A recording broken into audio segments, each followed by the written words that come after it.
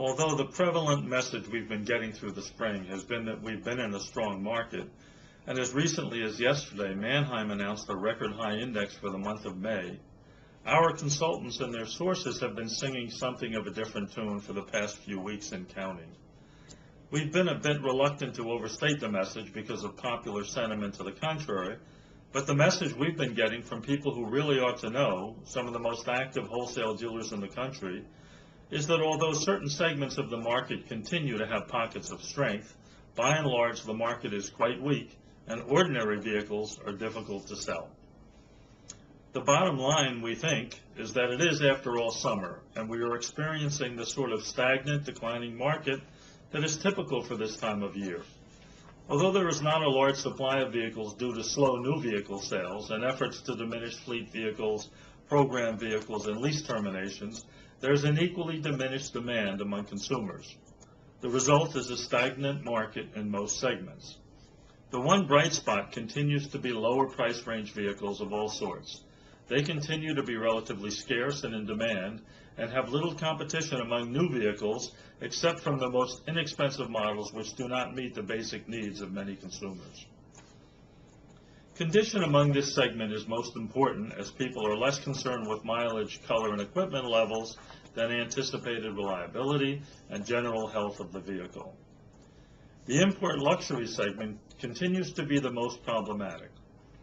Leasing is a necessary evil for this group to maintain new vehicle sales volume, and they therefore have steady volumes of lease terminations to remarket, and supply simply outpaces demand among most models. Here, the opposite of what is true for price range vehicles applies. Mileage, color, and equipment are most important in determining what vehicles get chased by dealers.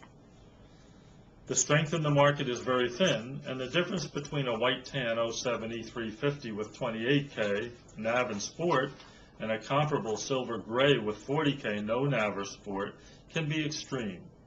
Even Lexus products, seemingly immune from normal market pressures much of the time, are suffering in this market. Infiniti G series have been sold in volume in the past and have been impacted inordinately of late.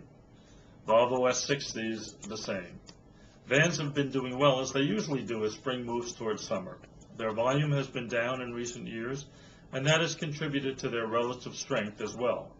Pickups and SUVs the same.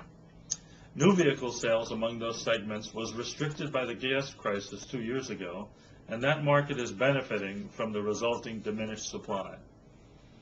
Late model vehicles in most segments continue to be affected by new vehicle incentives and the general economic malaise, and have been eroding steadily, if not dramatically. We expect that to continue throughout the summer. I noticed that I've been using the word relative a lot in recent market reports, and that's because although some segments appear to be doing well, they're not really hot segments, except in comparison, that is, relative to, some of the other segments that are really quite weak. We continue to hear, read, pretty much on a daily basis that this is a strong market. We want to emphasize that the people we speak to, some big players on the front lines of the used vehicle sales industry, are in general disagreement with that consensus.